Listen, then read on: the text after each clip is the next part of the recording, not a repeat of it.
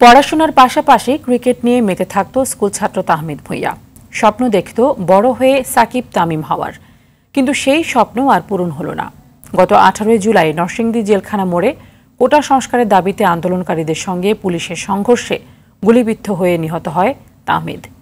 নরসিংদী থেকে নূরে আলম রনির প্রতিবেদন, জানাচ্ছেন সৈয়দ মাহমুদ।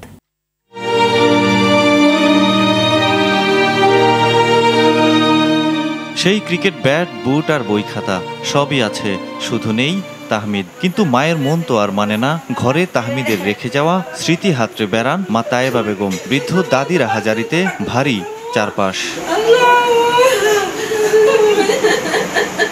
পরিবার জানায়, গত 18 জুলাই নরসিংদীর ভেলানগর এলাকায় কোটা সংস্কারের দাবিতে বিক্ষোভকারী ও পুলিশের সংঘর্ষে প্রাণ যায় 15 বছর বয়সী তাহমিদের। হাসপাতালের ডাক্তার তাহমিদকে মৃত ঘোষণা করলে তার মৃতদেহ নিয়েই মিছিল করে আন্দোলনকারীরা।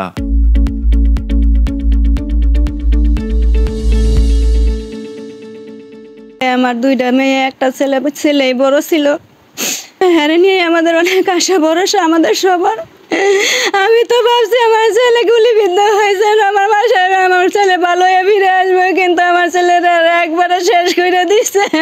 জিনিসপুর গ্রামের চিকিৎসক রফিকুল ইসলাম ভূঁইয়ার বড় ছেলে তাহমিদ পড়তো নরসিংদীর নাসিমা কাদির মোল্লা হাই স্কুল অ্যান্ড হোমসের 9ম শ্রেণীতে। বাবা রফিকুল ইসলামকে নিজের স্বপ্নের কথা জানাতো ছোটবেলা থেকেই। খেলোয়াড় হবে, ক্রিকেট খেলোয়াড় হবে। শেষ পর্যন্ত আমার ছেলে গুলিবিদ্ধ অবস্থায় বিদায় হলো। তাহমিদের এমন বিদায় মেনে নিতে পারছে না স্বজনরা।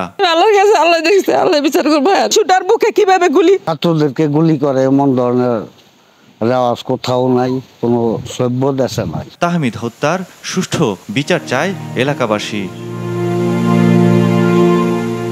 সৈয়দ মাহমুদ, RTV।